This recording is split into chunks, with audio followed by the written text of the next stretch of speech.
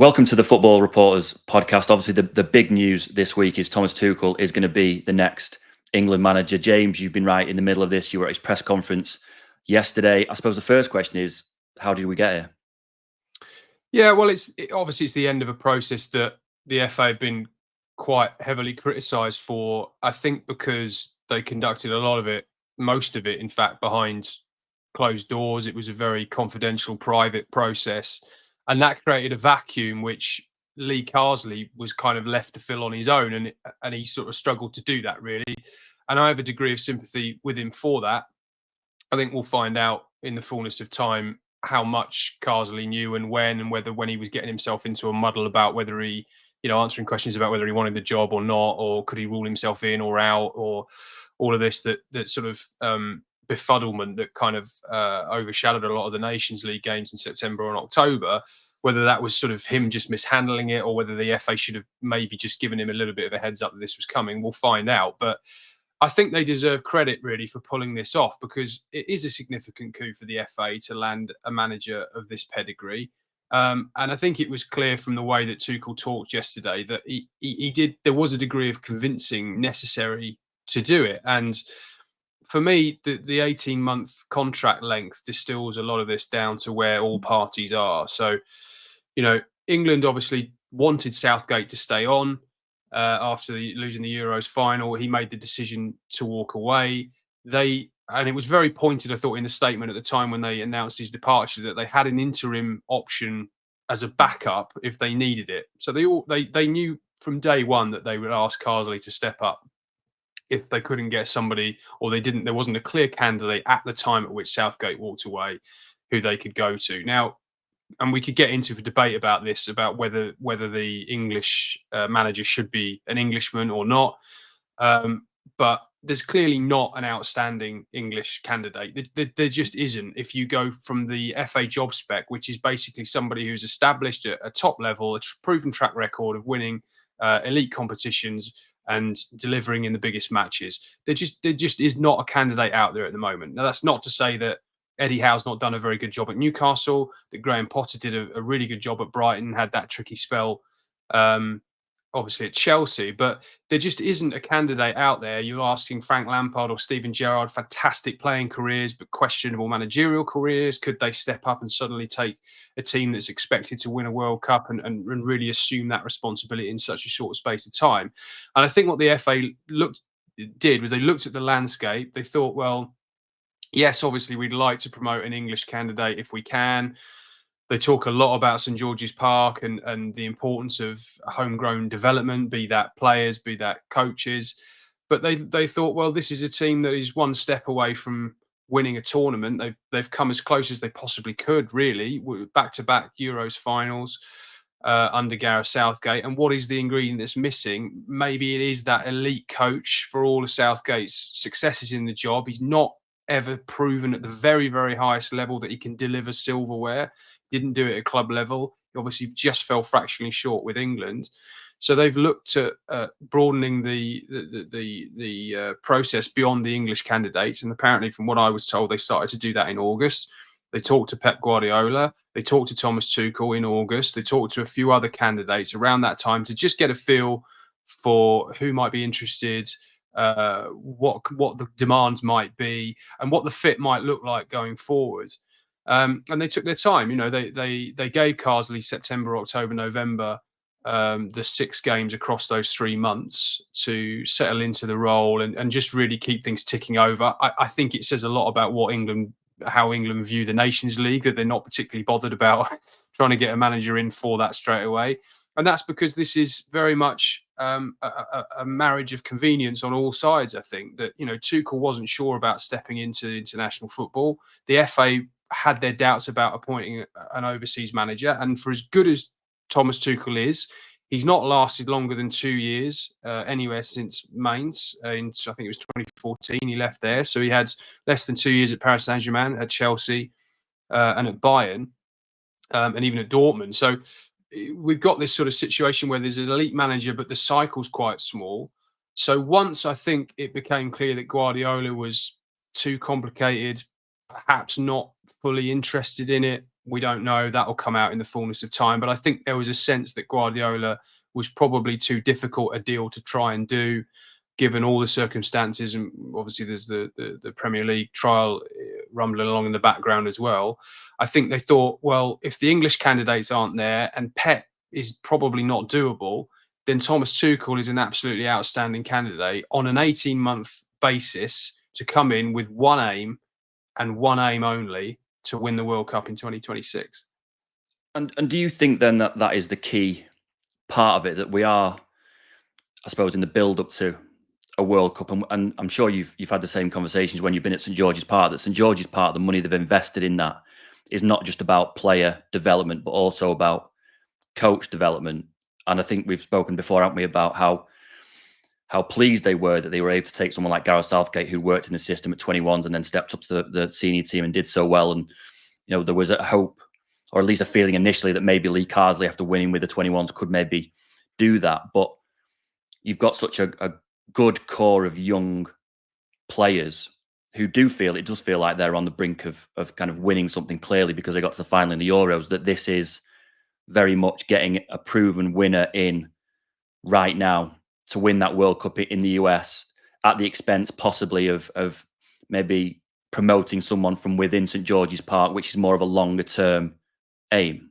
Yeah, you're right. And because look, it is a setback for the St George's Park project, in the sense of, I think they'd hoped by now, having been open for well over a decade, that, you know, St George's would be delivering coaches of the highest level, as it has helped to progress the playing talent. But we're just in a situation at the moment where that coaching group is not, it's not there. Then they're not at the elite level. You only need to look at the Premier League to look at who fills the top jobs in England and has done for a long time. That those English coaches just aren't there at the moment. And so, you know, that's not solely on the FA. I mean, you know, I'm sure the FA would like to see more of a risk taken by Liverpool, you know, Man United, Man City, the Arsenal, the top clubs, to go for an English candidate and give them time to show that they can step up to that level, which would then give them all the evidence they need to suggest they could go again. I mean, look, there was a lot of hope that Carsley, I think, could step up, but it quickly became clear that, with the greatest respect to him, he was a little bit out of his depth. I think he'd not managed, you know, players of that caliber. He'd not dealt with anything like that kind of scrutiny before. He'd had some fantastic success with the under 21s. He's very, very well liked by that group of players. His man management is very good. And there's a lot to suggest that he could come and develop in time. I think he's only 50 years old or thereabouts. So he's got a lot of time ahead of him to be able to develop into a really elite coach. But, you know, as we say, the 18-month contract for Tuchel, I think, just says everything about where the FA see this. You know, they feel this is a squad that is good enough to win the World Cup, and they need a coach to match that ambition. And also, I think significantly, if you think about where this squad was when Southgate took it over, expectation was very low. He packed it full of young players very quickly who had no real international experience, no connection with the history. And I mean that in the sense of the negative history and the weight of the shirt and all of the sort of scars of the past and all that kind of stuff.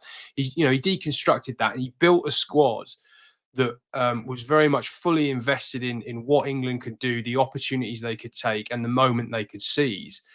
And he leaves a squad that's got Champions League winners in it, that's got Jude Bellingham in it as one of the biggest players in the world now. You know, big names, big ambitions, and a big responsibility for the coach to be able to handle all of those egos and handle that expectation internally as well as externally. The atmosphere, the dynamic around the squad is totally different, and that requires an elite coach. And I think it's why they looked at Guardiola. I think it's why they probably looked at Pochettino as well, you know, and Tuchel. These kind of managers who've got that experience of handling the biggest names in the world, dealing with those players, and getting the best out of them. And you know, and for me, with Tuchel, the Chelsea example in 2021 is I think what they're looking to replicate. He came in. That Chelsea team was a bit of a mess, and within 5 months, he imposed a radically different style of play on them, and he got them to win a knockout tournament, the hardest in club football, the Champions League, and he did that in 5 months. And if he can replicate anything like that level of sort of instant cohesion and togetherness and tactical freshness into England, then they've got a great chance of winning that World Cup. I think just on that coach's development point, that the one thing that it has seemed to highlight that beyond St George's Park is the amount of money it costs for young English coaches to take their necessary qualifications as well, and that to get a pro license in England is cost the best part of £10,000. Across Europe, it's a fraction of that, and that it's all well and good to look at St George's Park and say, well, maybe that they haven't developed the coaches for right now that they had hoped when it first opened. That maybe you have to look beyond that, and for the FA to look and just to revisit how much it costs for normal coaches to take these qualifications, not necessarily former footballers like Frank Lampard who have got all the money in the world, but for guys who are just really keen grassroots coaches who maybe are fantastic coaches or could be fantastic coaches in the future. The amount of money that it costs to bring them into the system, it is massive. You just can't afford this kind of sum of money. So while I agree that I think that the FA probably have chosen the right man for the job, the best man for the job in terms of if your aim is to win the World Cup in 2026, then Thomas Tuchel clearly has the best CV of any of those available candidates. But moving forward, if it highlights that the FA need to revisit the amount of money that it costs for these young coaches to just to even get a step on the ladder and into the system, then maybe that is a good thing. And that this whole debate about whether the FA should have a foreign coach, down the line, goes away a little bit, because you do bring more English coaches into the system, and maybe one or two of those go on to have great coaching careers at senior level in the Premier League and ultimately with England. Yeah, it's a great point. I mean, the FA is not is a not-for-profit organisation. I mean, there were a lot of soundings around the time. I mean, I know you and I spoke about this, about how could they potentially afford a Pep Guardiola. They don't have the money to go and necessarily throw 15-20 million a year at a Guardiola or someone at that level who would command that kind of salary in the club game.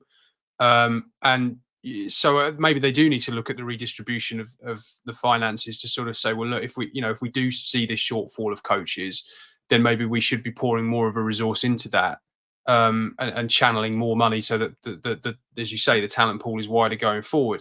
I mean, what I think they are hoping is that Anthony Barry, of course, has come in as Tuchel's assistant, is going to become perhaps a bit of a flag bearer for this. I mean, Anthony Barry's an extremely highly regarded coach.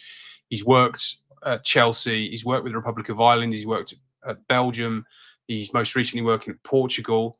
And of course, Tuchel really rated him because he took him from Chelsea to Bayern. He sort of he became really known at Chelsea as a set piece coach, but he's come in to the England setup as his assistant. And I do wonder, I mean, I'm sure they're not thinking about, succession planning for Tuchel, having only just got him in the door, but you do sort of think, well, okay, you've got a guy there in Anthony Barry who's fantastic pedigree, already undeniable. He's only, I think, 38, 39. He's a young guy in coaching terms. And if he has a couple of years working under Tuchel with England, getting to know the FA setup, getting to understand St George's Park, that you'd have to think that unless the Tuchel regime is a total disaster or there's some kind of unforeseen issue with Anthony Barry and with England going forward, that a few years down the line, he would probably be a potential candidate as to when they started to look beyond Tuchel and think, well, maybe we want to go back to an Englishman, and here's a guy who's been part of the setup, knows the FA. He starts to tick a lot of the boxes, with in the same way that sort of Southgate did in terms of knowing the system. And crucially, with Anthony Barry, has been working in international football with Portugal. I think under Roberto Martinez, I think he was with Portugal in the summer in Germany, and I was also carried on to these Nations League games. I suppose the one box that Thomas Tuchel doesn't tick is the fact that he hasn't worked in international football before. I suppose the expectation when he left Bayern, because he'd had such positive results as a club manager, that maybe some people at that time felt, well, why would you step into international football when you've got this kind of club career going forward? Why is it that you think that he's decided that now is the time to make that move? Because it is a big move, isn't it, for a manager? Because in my mind, club football and international football are almost completely different games, particularly for a manager. You go from working every day with these players, you've got time on the training field to get your ideas across, and then all of a sudden you've got 9 games a year, perhaps 18 training sessions, and you're expected to win a World Cup. I mean, I think that is very, very tough for an international manager, particularly someone like Tuchel who hasn't got that experience. Yeah, I mean, I asked him about the length of the contract at the press conference, and he admitted it was a step into the unknown for him, international football, and part of the reason that it's an 18-month deal is because he wanted a tight time frame, effectively as a target to try and create a season, if you like, at international level, which is we start at January the 1st. Qualification should begin in March, assuming that there's not Nations League playoffs. You have got the qualification games a year, and then the World Cup. And it's very simple, it's very clean, and it's probably the closest way you could manipulate a tournament cycle to look like a domestic season as is possible. And I think that is something that has particularly appealed to him. And I think there's a number of other factors in play here. I think, I remember an interview that our colleague Ryan Tutt did with Tuchel when he was at Bayern, and he said to him, do you feel more appreciated in England than you do in Germany?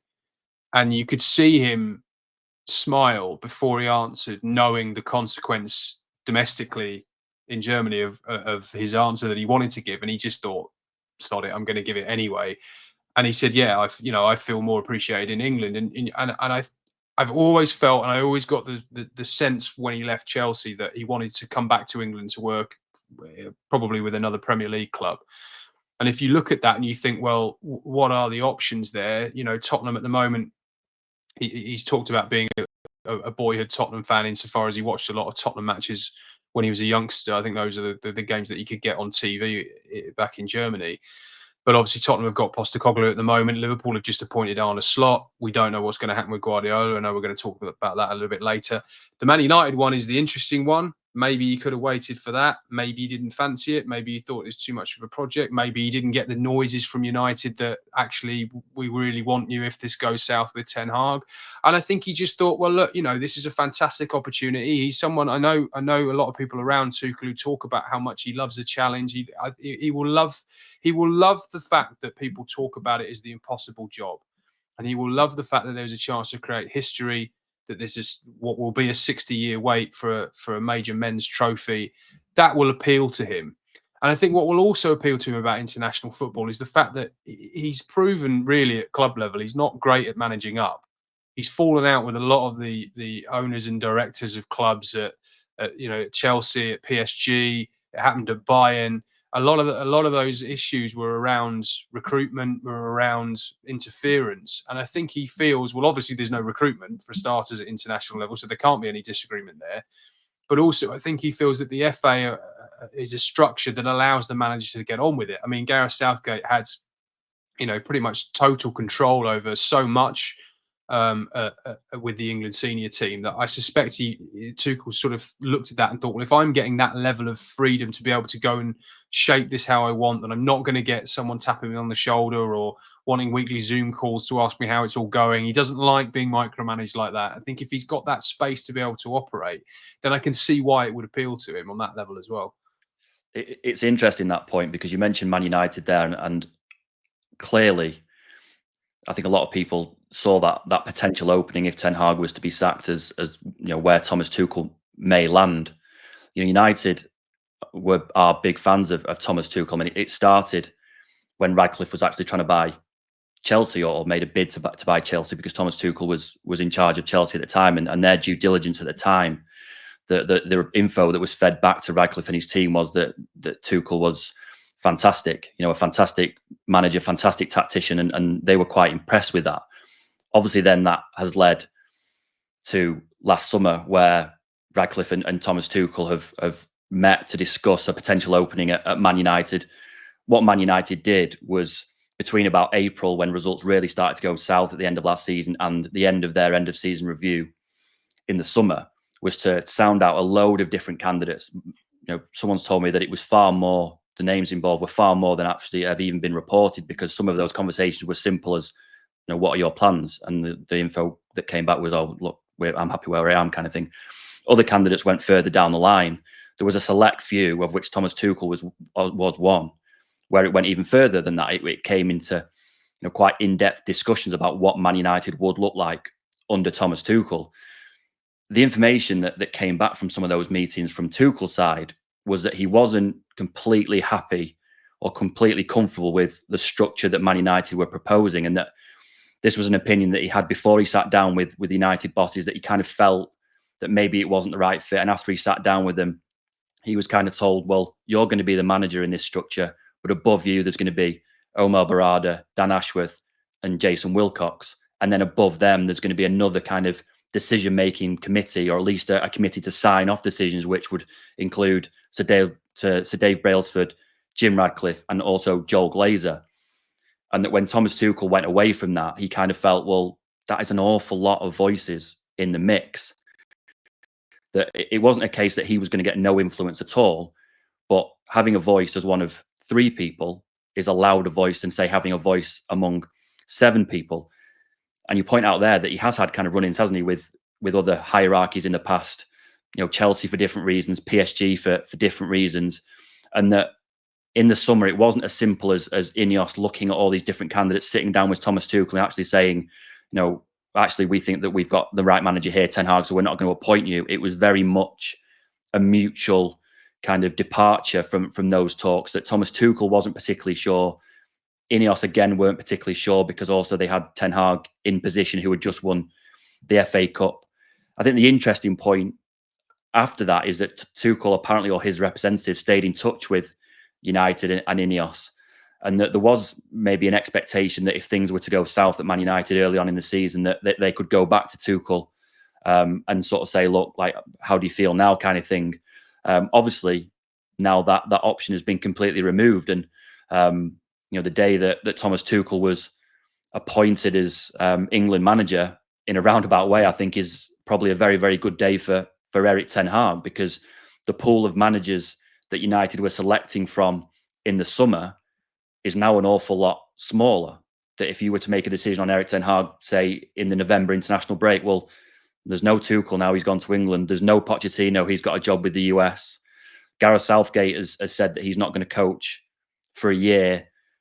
That pool of managers, this huge pool of managers that they were kind of sounding out in the summer, some between sort of April and mid-June, has shrunk massively. And that is going to play a part now in what happens with Erik Ten Hag. I mean, obviously, Ineos, they've kind of put their money behind him now, and in the summer said, we think we've got the right guy for the job. I think that probably they felt, bidding him in September, October would look quite embarrassing, given that they, extended his contract in the summer and kind of put their faith in him. The November break is there's a little bit more distance between that decision and November, and so it becomes more of a possibility if results don't pick up. But the massive question then is, if the results don't pick up, who do you get? Because Van Nistelrooy. Well, but if you were starting from scratch to look for a Man United manager, say 2 years ago or a year ago, would you pick the guy who's had one season at PSV, or are you appointing him purely because he happens to be in the building, like Kath the receptionist? Give it Rude to the rest of the season. Give it Rude. That looks like that's going to be the simplest option now, and simply because he is in the building. Great player for Man United. He's had 1 year at PSV Eindhoven. That in terms of coaching stature, he may well go on to be a fantastic coach and manager, and this clip will come back to bite me in 10 years' time. But right now, that experience isn't there. So either you appoint Rude in the hope that he's going to show that he's this fantastic manager in the way that's kind of, and have a great run of results in the way that Solskjaer did, and then it becomes a no-brainer to appoint him, or he does it to the end of the season, and you go back to Southgate, who Ineos have made no secret of the fact that they really love him and really like him in that kind of structure, the structure that Tuchel said he wasn't particularly keen on. And then you've got to face fan reaction. And I do sometimes wonder whether Ineos understand the level of fan reaction that they would get if they appointed Southgate, because it would not be pretty. A couple of things to say there. I mean, firstly, just on Tuchel, I do wonder whether he might have had a conversation with Ralf Rangnick about United, because those two go back a long, long way. I think it was Rangnick who got Tuchel into coaching in the first place, and they have remained friends. And it would make a lot of sense to me for Tuchel. I don't know this. I have no information to this effect, but I do wonder whether Tuchel would have. You would think it's logical, right, that he would sound out, people who would know United. And obviously, Rangnick was absolutely scathing about the state of United and the infrastructure and all the changes that needed to be made to that club. So you sort of think that would have put him on the back foot in terms of considering United from the get go. In terms of names to replace Ten Hag, I mean, let me throw another one at you, Graham Potter.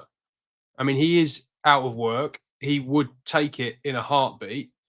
He obviously had a significant setback at Chelsea and the job, and I covered him during that time. And the job, there were times where you felt this job just seemed a little bit too big for him. Maybe it came a little bit too early. He wasn't quite ready for it. He's talked a lot about since in interviews about sort of learning from that experience and kind of, not growing up. That's a bit patronizing, but you know what I mean? Kind of developing as a manager and improving.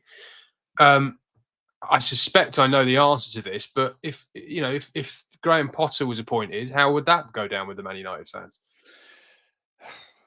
I guess I would say that it would be more well received than Southgate, but not by much because of the incidents you've just mentioned there with what happened at Chelsea. I mean, Graham Potter is certainly someone who has been sounded out. I mean, I think it's been reported before. Graham Potter obviously appeared on Monday Night Football in England and was asked directly, have you had conversations about Man United?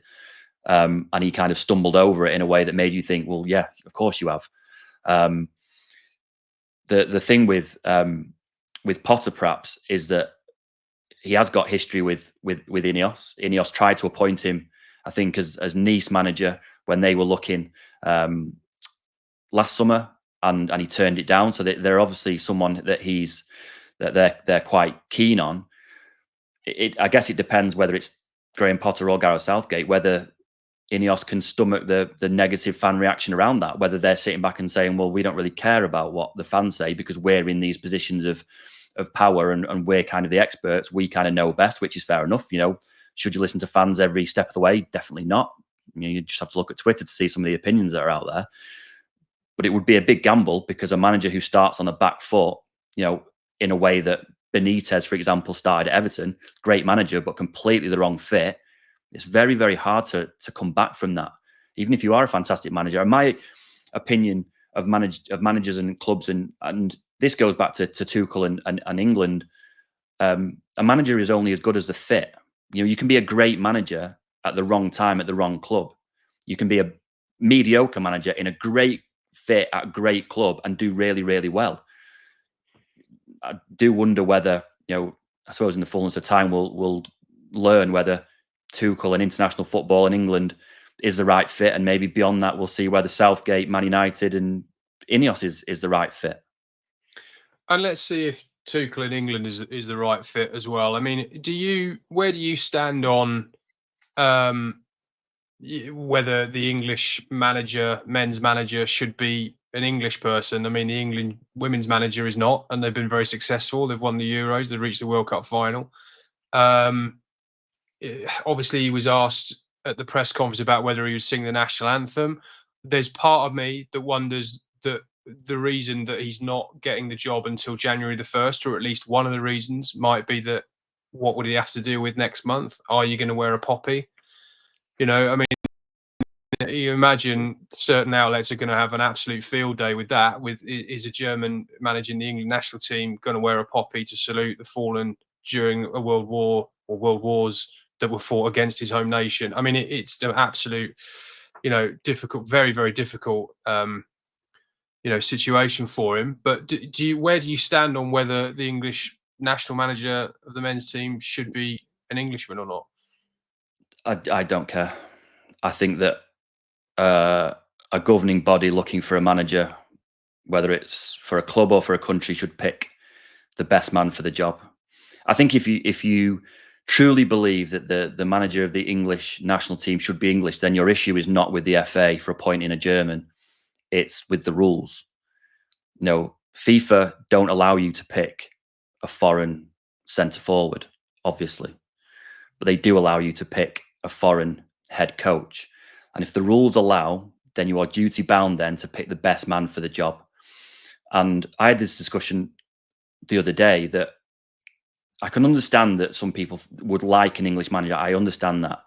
But if you look at the candidates who are out there, the two leading English candidates, we've just spoken about one of them, Graham Potter, who is available and out of work, and I assume would have taken the England job in a heartbeat. Well, if you measure Thomas Tuchel against Graham Potter, their CVs don't match up. The only reason you are appointing Graham Potter over Thomas Tuchel is because of the place he happened to be born in. That doesn't feel like you've just bought Chelsea because that's what they did. Chelsea. Well, yeah. But that doesn't feel like a strong enough reason to appoint a manager of a national team. So I genuinely don't.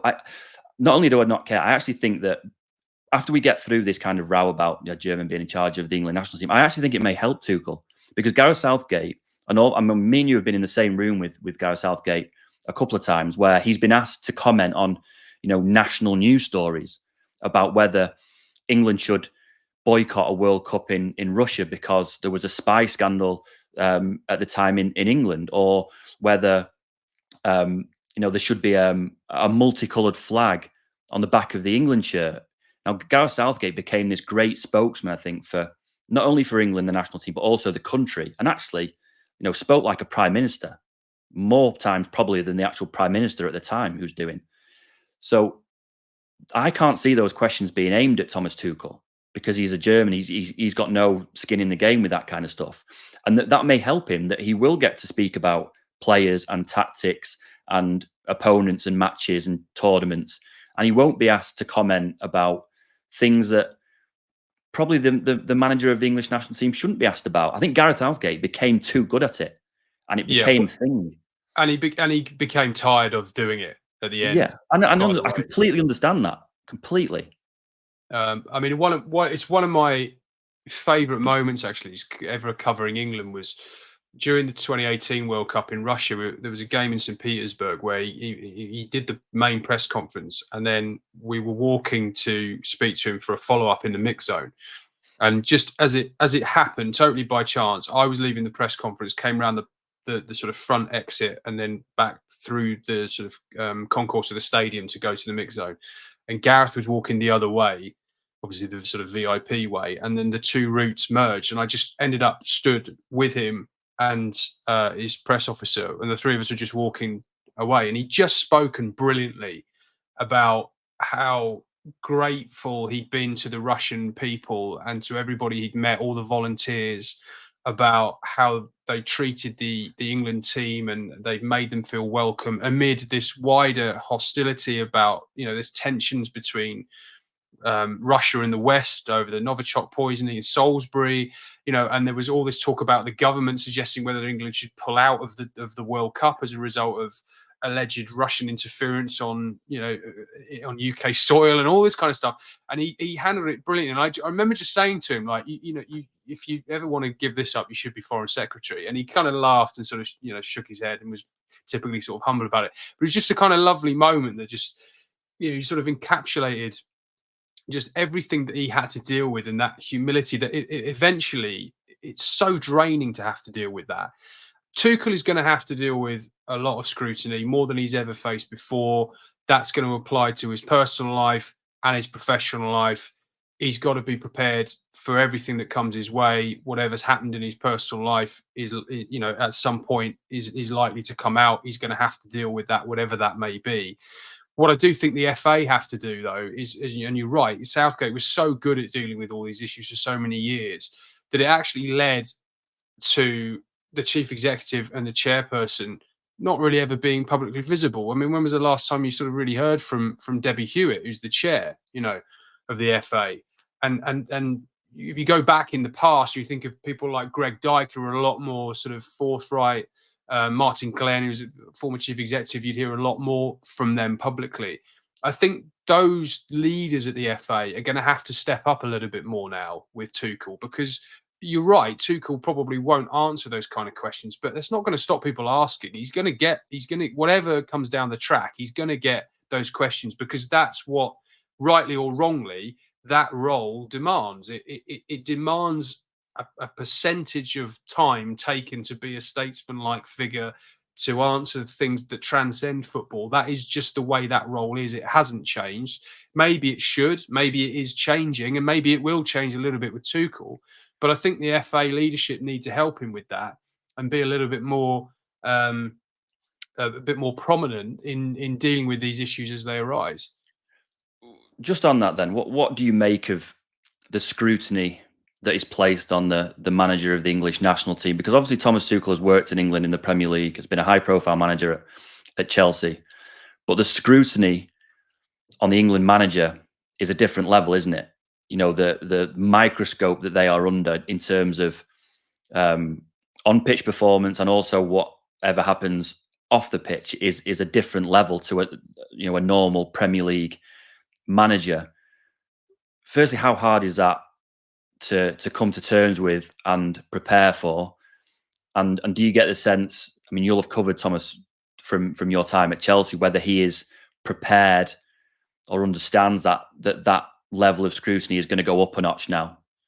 I think it is very difficult, and I think, as you say, preparation actually is the key. I think Gareth spent a lot of time working out what he was going to say, and the amount of times I'd go to press conferences where you'd think this is going to be a difficult one for him today, and you'd come away from it going, not only thinking he handled that well, but he'd actually be making you think about the issue. I remember a game in Holland where there was a lot of racism chat sort of in the build up to that game about games that were coming up, and we were all thinking, well, how's he going to handle this? This is a diplomatic nightmare for him. And he basically said, well, look, we've got to get our own house in order before we even start talking about racism anywhere else around the world. And you all kind of go, yeah, he's absolutely right. We do need, there's a lot of issues in the UK around that. And we do need to look at ourselves before we start kind of offering opinions about how other nations handle the situation. So, yeah, it does require a lot of thought. It is draining, and it's because we see it, rightly or wrongly, the England manager's job, the men's job in particular, because of the profile of it, as almost an office of state. It's a little bit. I mean, I think it's similar to the England cricket captaincy. You know, it's sort of elevated above just, you're no longer a sportsman to some extent. You're kind of asked to talk about bigger issues within the game. And again, obviously, cricket doesn't get anywhere near the level of scrutiny and coverage that football does. So, and also because the interest, if football is the national game, it is reflective of society. You know, a lot of what goes on in the stands is reflective of what might happen on the high street, whether that's, you know, responses to the anthem or the taking of the knee or these kind of things. You know, they are there. And so as the sort of publicly facing figure of the Football Association, you know, quite consistently during an international break, the manager's going to get those questions. What I would say is that Thomas Tuchel has a pretty unique experience in dealing with off-field scrutiny, with what he went through with the Chelsea takeover, because he was going to, I remember going to press conferences with him where, you know, the whole situation where Chelsea was placed effectively, you know, was sanctioned as an entity and couldn't operate properly because the owner, Roman Abramovich, had alleged links to the Russian President Vladimir Putin. The war in Ukraine broke out, and that meant that Chelsea were effectively frozen in terms of their operating. And so nobody knew what that meant. I mean, I'm not. Forgive me, Rob, if you've been trained in this, but I don't remember my NCTJ training or any other training I've ever had at any organisation to tell Definitely me, not. oh, you know, this is the section, this is the chapter of the book that tells you what happens when a club is placed effectively in the hands of the UK government and frozen as an asset of an owner. You know, none of us really knew. We were all trying to work it out. And yet here's a football manager who's been wheeled out twice a week, and we've got no one else to ask questions to, because the ownership obviously aren't going to come out. Roman Abramovich is never going to hold a press conference and answer these questions. And he handled it really, really well. You know, he's sort of thinking about things like, I remember that season, Rudiger, Christensen, their contracts were up. And we were talking about, you know, for months, well, are they going to commit? Are they going to sign, you know, new deals? Barcelona were lurking around Christensen, Real Madrid were lurking around Rudiger. And, you know, these transfers looked like they were happening. They were running their deals down. But of course, often there's a solution late in the day. the club comes up with the money. It's a a sort of standoff, the bit of brinkmanship that pays off with a lucrative new contract. But we were sort of saying to him, well, can the club even sign these players to new deals now? Because it looks like they can't sign new players. We know that there's a transfer embargo; they're frozen, right? Can they re-sign players who are already there? And he's there going, well, how am I supposed to know? I'm a football manager preparing for a game at the weekend. But he handled he never shirked a question. He handled it really responsibly. He tried to tackle everything he could. He tried, I think, to convey the sense of, being in the eye of the storm as best as possible. And very rarely did he sort of bite back or shut down. I remember he did bite back once when he was getting asked a lot of questions about the morality of working for somebody who had alleged ties to an aggressive nation invading another nation. How do you feel about that? And he sort of said, look, you have to stop this. I am a football manager at the end of the day, working for a club in very difficult circumstances.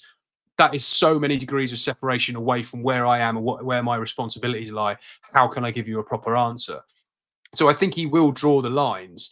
But as difficult as that experience was for him at the time, I think it will hold him in good stead as the curveballs come his way managing England going forward. Just to move on slightly then, obviously Tuchel has got the job, he's been appointed, but you reported that the FA had also made an approach to Pep Guardiola, obviously before they got down the road with Tuchel.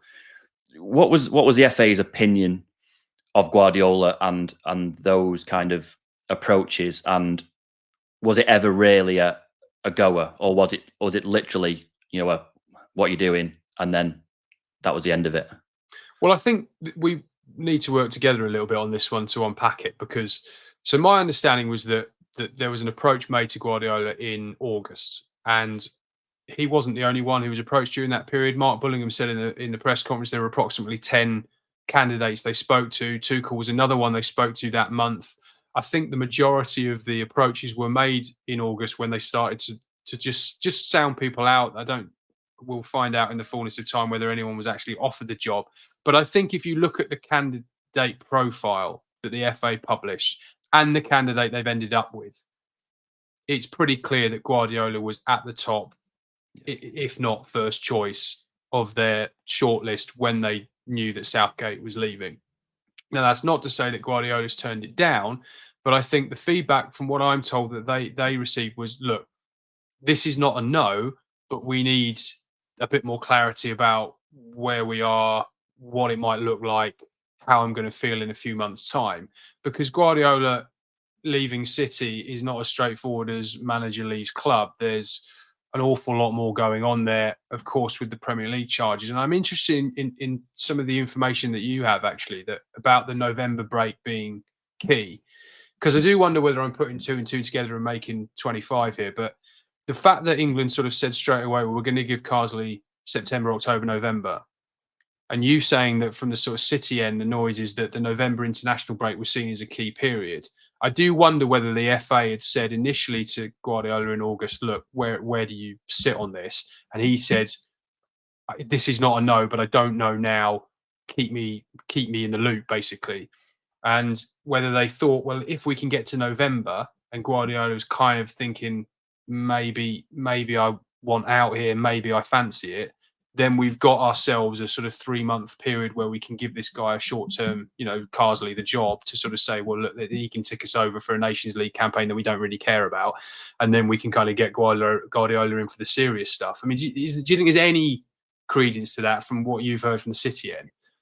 Yeah, I mean, I think City are in a little bit of an awkward position with this one, because obviously they want Pep to stay. Why would you not, after what he's done? But they also don't want to put any pressure on him, because they know that he never expected to be at City this length of time. He hasn't done it before. He never expected when he came in to be here 9 years later. They kind of know that they've got an awful lot out of him. While they don't want to put pressure on him because they want him to be able to make a decision on his own, they also need a chance to forward plan. And very early on, sort of towards the end of last season and over the summer, that the message was that they would really like an answer before the turn of the year. So before he enters the last 6 months of his contract. And the period of time between the November international break and the 1st of January would be really key in sorting all that out. Because beyond anything else, they know that if the closer Pep gets to the end of his contract, which expires this summer, the questions will just keep coming. I mean, you have been in situations like this with managers, that it starts with 1 or 2, and then it gets closer and closer, and 1 or 2 become 3 or 4, and then 5 or 6, and then entire press conferences are just dominated by the issue of his future. And it's literally, yeah, but your future, are you staying or are you going? Yeah, but you haven't really answered that. Are you going to stay or are you going to go? Or when are you going to say, or when are you going to tell the club, kind of thing? And City are hugely aware of that. The last time we had this situation was during the World Cup in Qatar in 2022, and he was getting to this stage of his contract. And it was during that break for the World Cup that he went to Abu Dhabi. He met with Khaldoon and ended up signing his new contract, which takes you to this summer 2025. So while City want him to stay and have sort of said, look, we're not going to put pressure on you, they also want an answer. And I think maybe that's where the FA have found encouragement, because right now Pep Guardiola is going to be out of contract at the end of this season, and he's made no secret in the past of his desire to manage a national team, and particularly a national team at a major tournament, whether it's a World Cup, a Euros, or a Copa America. Clearly, the pinnacle of all those three is a World Cup. Now, if he's looking for a national team job, he hasn't really got that many options. He can't manage Spain because he's a Catalan and he's been embroiled in this kind of independence debate for years. And there is a suggestion that he wouldn't be the right fit for the Spanish national team. He's been mentioned in terms of Brazil in the past, but he's been on record as saying that he thinks the Brazilian national team manager should be a Brazilian. So then you're left with England, because you assume that he would want the opportunity not only to manage a national team, but to win with the national team. And his whole career is about winning. And the reasons we've just explained there, or you've just explained there about Thomas Tuchel taking that England job, Tuchel will be walking into that job thinking there's a real chance I can win this World Cup and be a hero forever. I mean, what a thing to have on your CV. And I'm sure Guardiola, had he walked into that, would have been thinking, or wanted to go into international management, would have been thinking the same thing. It's not just about where can I take a job, because you can take a job anywhere. It's where can I take a job and win. England, really, I can't think of anywhere else where you've got such a strong chance of winning a World Cup in 2 years' time. I genuinely believe that Guardiola hasn't made a decision on his future. I don't think that he's a liar in that sense. I think if he'd made a decision that we would know by now, and he went on TV during the international break and said that he hasn't, I also think that he's getting quite tired. And I remember a situation. We'd been to the Club World Cup in Saudi Arabia just before last Christmas, and City had obviously won. Pep Guardiola came into his press conference. There wasn't many English journalists there. Pep Guardiola came into his press conference and started talking about, this is the closing of a chapter. This is the end of the book. I've achieved everything I need to achieve. And it was literally like being sat in a resignation press conference without the resignation. And there couldn't have been a resignation because the World Club Cup was halfway through the season. It was in December. And then Pep Guardiola doesn't like doing small huddles with journalists. But in this particular instance, the Premier League had said to Pep, said to City, you've got a Premier League game against Everton coming up in 3 days' time. You need to do a press conference. You need to say something about Everton. And so Guardiola reluctantly took 3 English journalists, of which I was one of them, into a side room, which he never ever does, to talk about Everton. And the press officer said to us, before he came in, he said, nothing about anything else, just talk about Everton. Ask him about Goodison Park, ask him about Everton, and then we're done. So Pep Guardiola walks in and I say, so Pep, you've just won the World Club Cup, but Everton. And he goes, no, don't talk to me about Everton. I can't think about the Premier League. I can't think about Goodison Park. I'm not thinking about Everton. Don't talk to me about the Premier League. I can't even imagine. I'm so tired. I can't think about the next Premier League game. And I thought in that moment was really telling, because he looked like a guy who had just achieved the last thing that he had on his mind at City. And he just couldn't bear to think about this Premier League game freezing Goodison Park in 3 days' time. And then he wins the Premier League in the summer. And he's still talking about he's talking about I'm closer to leaving than I am to staying. And it sounds again like he's getting very, very close to the end. Now, in the summer, he went and clarified those comments and said, "Oh no, I was talking about clearly I'm closer to the end of my City career than I am at the beginning," and kind of tried to clear that up. But I wouldn't be surprised at all if Pep Guardiola's last season, particularly with the cheeky Bagheeristan news. Cheeky and Pep are very, very close. He said the last time he extended that one of the reasons was that he was so close to Cheeky and they worked so well together. Now, is Pep Guardiola, after 9 years at City, really going to want to start with a new sporting director and Hugo Viana and try, develop a new relationship and try and go again with a new dynamic behind the scenes and a new squad? He would be forgiven for just feeling completely tired and just thinking, it would be a good time to stop. I've done everything I need to do. Why Well, would it? I mean, a contact of mine told me that apparently there are members of Guardiola's backroom staff who are eyeing a move home, that they feel they've been in England long enough, and not to say they're agitating, but they sort of feel as though maybe the time has come that they'd like to just go back home and spend some time there. I mean, I suppose you can say that the international cycle lends itself to that. I mean, Tuchel spoke about how he's going to live predominantly in England, but his family's not going to move here, so he's going to spend quite a bit of time back in Germany. And obviously, the cycle of the rhythm of it allows you to, you're not playing games every 3 days, so it does allow for managers to be able to go back. I mean, I don't know. Maybe we conclude the Pep chat with just a thought that if he doesn't get the England job now, which obviously he hasn't, that maybe there's, after the World Cup in 26, there's a home Euros here in Euro 2028 is in England. So that's going to have a huge appeal off the back of what you would assume would be hopefully a close run effort to try and win the World Cup if they don't win the 2026 World Cup. So you'd think that team is going to be bang there again in 28. That's got to appeal to someone like a Pep Guardiola. Again, England will still fit the criteria in 4 years' time that they do in 2 years' time for a team that's got all the component parts, or most of the component parts, to go and have a serious crack at winning a European Championships. And if Tuchel did fall short, I'm sure the conversation, how much in 18 months is the managerial landscape going to change? In 18 months, is Eddie Howe going to be a world beater? Is Graham Potter going to have won the Champions League or the Premier League? I mean, it's hard to see if the Tuchel thing didn't work out, and let's say Guardiola did stay for one more year, and there's talk about that, isn't there? That if he did extend it, it'd only probably be for another season. That in 26, maybe you look at it then and think, well, maybe it's more of a fit then, and some of his staff can go home. He can get some of the rest he needs, but he can still stay in sort of frontline management with a chance of winning things.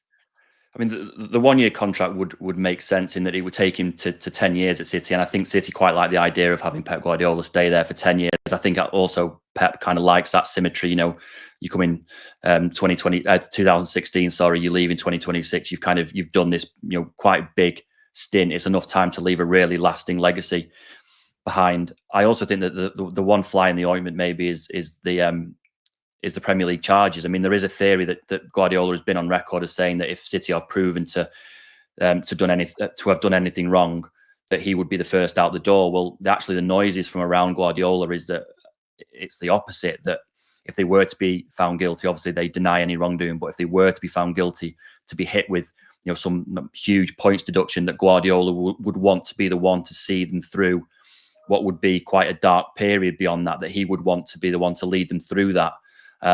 Because he feels so indebted to what City have done for him, that he's never been anywhere where they've met every single one of his requirements. He believes that he's been so successful because they've been so good at kind of accommodating him in every single way. And there is a theory of those people around him that even if City were to be found guilty, be hit with a massive points deduction, that he would then he would want to see them through. That you could even see a scenario where they get hit by a big points deduction. He miraculously gets them sort of back into the Champions League when they really shouldn't, and then sort of says, that was kind of a thank you. I feel like I've kind of done my time, and then he moves on. So I genuinely believe that he hasn't made up his mind yet. But as I said before, that this period now between the November break and the start of January is going to be really, really key. And I would be amazed if we get to the end of January without knowing one way or the other whether Pep Guardiola is going to stay as City manager or not.